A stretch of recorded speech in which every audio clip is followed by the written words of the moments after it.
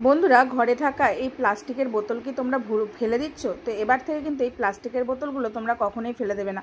তো দেখো, বাজার থেকে এরকম একটা ফ্রুটি কিনে এনেছিলাম। তো ফ্রুটির বোতলটা দিয়ে দেখো একটা দারুণ কাজ করে নিচ্ছি। প্রথমে দেখো ফ্রুটির বোতলের মাথাটা কেটে নিলাম, তারপরে কেটে নিলাম পেছনের দিকটা একটু কিন্তু ফুটো করে নিলাম, তারপরে দুই সাইডে এরকম ছোট্ট ছোট্ট ছিদ্র করে নিলাম, তারপরে দুই পাশে কি করব, এইভাবে দুটো দড়ি বেঁধে নিলাম। বেঁধে নেওয়ার পর এটা কি করব, দেখো বন্ধুরা, আমাদের ঘরে অনেক সময় কি হয়, প্লাস্টিকটা আসে। বাজার বিভিন্ন সবজি বা ফলমূল আনতে গেলে এই প্লাস্টিকগুলো আমাদের ঘরে থাকে, আর এগুলো রাখতে কিন্তু আমাদের অনেকটাই অসুবিধা হয়। এখানে ওখানে ছড়িয়ে ছিটিয়ে থাকে, কোনোটা কিন্তু এক জায়গায় থাকে না। তো বন্ধুরা, কি করব, এরকম প্লাস্টিকগুলোকে এই যে এই বোতলের মধ্যে দেখো এইভাবে যে কোনোভাবে হোক এইভাবে কিন্তু আমি রেখে দিচ্ছি।